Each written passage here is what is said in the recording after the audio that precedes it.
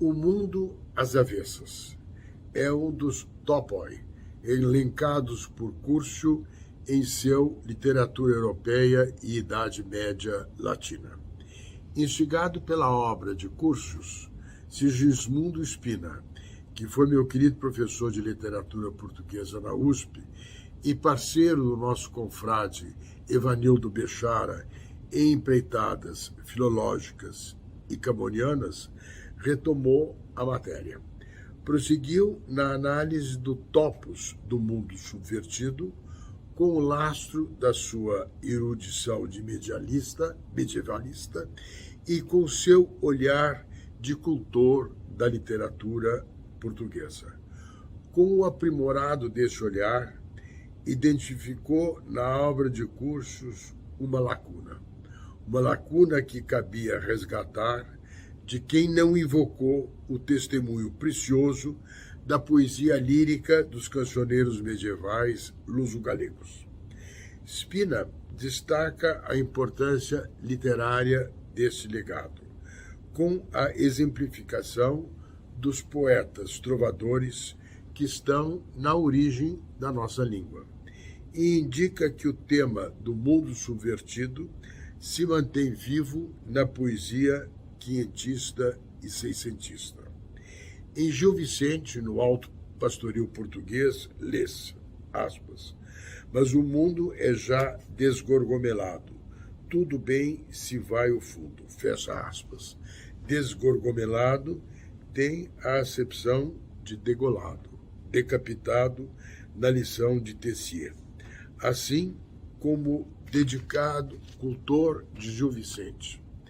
Predileção que modestamente compartilho com nossa querida Cleonice Berardinelli, não resisto à tentação de o invocar para apontar que a pandemia desgorgomelou a normalidade do nosso dia a dia. Spina, com o rigor analítico e filológico que o caracterizava, indica que nas diferentes modalidades examinadas no seu trabalho, a base do topos, o mundo às avessas, é a manifestação de um descontentamento com as coisas do mundo. Circula nas obras literárias como um recurso expressivo, que pode também ser, como nesta reflexão, em torno de um parar para pensar a pandemia, uma exemplificação do desconcerto do mundo, como diz Camões nas suas admiráveis oitavas a Dom Antônio de Noronha. Motivado pelo estudo de Spina, nosso confrade Augusto Meyer retomou a análise de O Mundo às Avessas, valendo-se tanto da sua sensibilidade de poeta, cujo alcance nosso sábio Alberto da Costa e Silva descortinou na celebração do seu centenário, quanto a do seu refinado entendimento crítico hermenêutico, destacado por Eduardo Portela, também na celebração do seu centenário.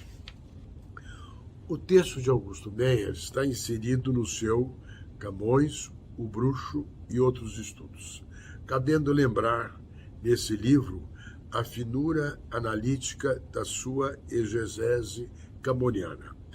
Exegese que tem na sua obra como contraponto a dimensão inaugural da sua leitura do nosso patrono Machado de Assis.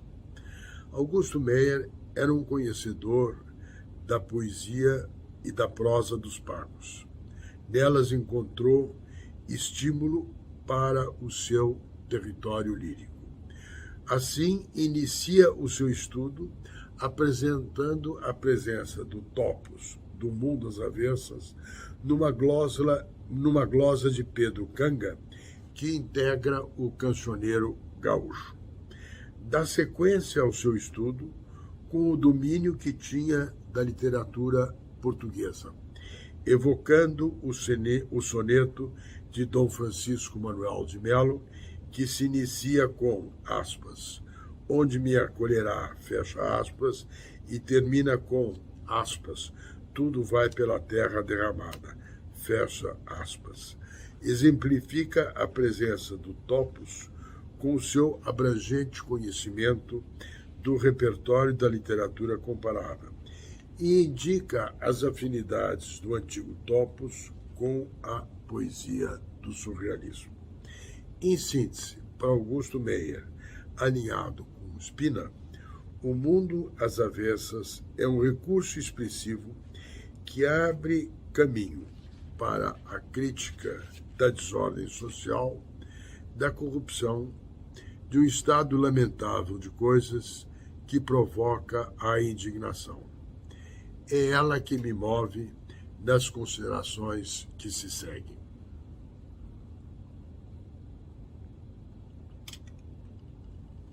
A pandemia do coronavírus surpreendeu governantes e governados. É um fato excepcional, que resultou da conjugação pouco frequente, de certa forma improvável, de certas circunstâncias. Não foi algo indeterminado que se esgota no âmbito do acaso, mas era dificilmente previsível pela escala global que assumiu, quando se compara seu impacto e duração com prévias conhecidas pandemias do mundo contemporâneo. Tem um antecedente na gripe espanhola, cuja letalidade foi colossal, mas cuja duração no Brasil e no mundo se circunscreveu a poucos meses. Do seu assustador, dá conta Pedro Nava em suas memórias. Do que foi o extenuante das atividades dos médicos, que foram, entre aspas, os intensivistas da época, guardo o relato que me fazia o professor Antônio Cândido da incansável e solidária assistência à população do Rio de Janeiro, prestada pelo seu pai, Dr. Aristides de Melo Souza, médico de qualidade e conhecimento, vinculado aos trabalhos da saúde pública da então capital federal. Lilia Schwartz e Luisa Starling, em seu livro A Bailarina da Morte, Gripe Espanhola no Brasil, publicada em 2020, descortinam a surpresa que foi a gripe espanhola e a sua propagação, assim como a dificuldade de entendimento do que estava em jogo, distinto da febre amarela e da malária. Elencam o repertório de soluções aventadas: quarentena, isolamento, máscara, suspensão de atividades econômicas, medicamentos do conhecimento da época, inclusive a hoje tão citada cloroquina. Discutem o papel informativo da imprensa no trato da questão e de como os diferentes estados da federação enfrentaram, com mais ou menos responsabilidade, um desafio que era nacional, sem coordenação federal, aliás, de difícil viabilização, dada a distribuição de competências da Constituição de 91. Traçam um paralelo com o que ocorreu em 1918 e o que está ocorrendo agora na presidência Bolsonaro. Está presente o negacionismo de figuras públicas e de médicos, sempre condenável, mas mais compreensível naquela época do que hoje, quando a gestão de risco das políticas públicas de saúde é uma responsabilidade dotada de recursos de outra abrangência, em função do avanço do repertório nacional e internacional do conhecimento. O coronavírus colocou na pauta o novo dos riscos que vem trazendo uma grande crise global de saúde pública, que se magnifica por obra da porosidade das fronteiras e da dinâmica da era digital, que em conjunto internalizam os problemas internacionais na vida dos países. O coronavírus evidenciou que as sociedades contemporâneas, inseridas para o bem e para o mal, num mundo muito mais interconectado e interdependente do que na época da gripe espanhola, são sociedades de risco sujeitas ao desgorgolamento. A Covid-19 vem vitimando contínua e indiscriminadamente, afetando todos os setores das atividades econômicas, sociais e culturais, com gravíssimas consequências para a vida das pessoas. Trouxe à tona, em escala planetária e igualmente em nosso país, os grandes problemas da injustiça e da desigualdade e da vulnerabilidade dos socialmente marginalizados. Provocou, como eu disse, a ruptura da normalidade do normal e deu força do concreto, da realidade, ao expressivo do topos do mundo às avessas. Uma sociedade de riscos, inclusive os manufaturados pela ação humana, como é o caso do meio ambiente e da sustentabilidade, exige a capacidade de orientar-se no mundo na condição da contemporaneidade.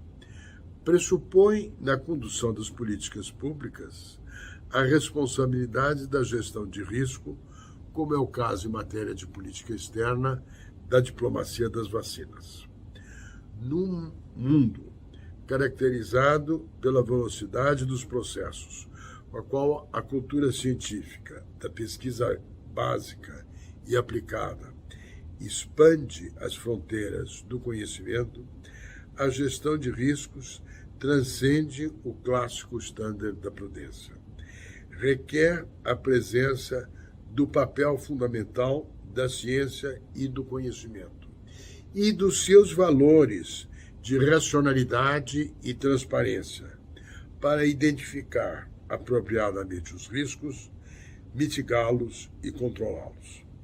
Daí a inconformidade com esse estado lamentável das coisas em nosso país, provenientes da postura negacionista do presidente e de seu governo, quanto ao papel da ciência e do conhecimento no enfrentamento da crise do coronavírus, que se expressa e se aprofunda no mundo às avessas. O negacionismo resulta de ações e de omissões. Elas são agravadas pelas palavras do presidente.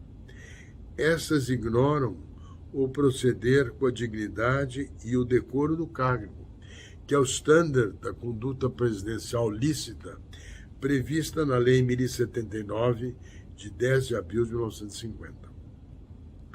Dignitas, dignidade, ensina Cícero, é ter bons sentimentos para com a res pública e dar prova aos homens de bem desses sentimentos.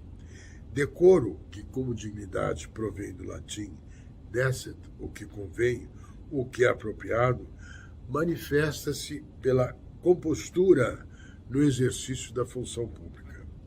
Nenhuma nem outra encontram-se nas palavras de ruptura e de improvisações mal concebidas do presidente, que alimenta a insegurança, corrói a confiança e divide o país. Não atendem ao papel que se espera da liderança, que é o de definir construtivamente rumos para a sociedade. É incompatível com o zelo que deve presidir as políticas públicas de saúde numa situação limite como a da pandemia. Ensina o padre Antônio Vieira: o verdadeiro zelo teme o perigo e trata dos remédios. E adverte: o maior perigo não é quando se teme o perigo, é quando se teme o remédio.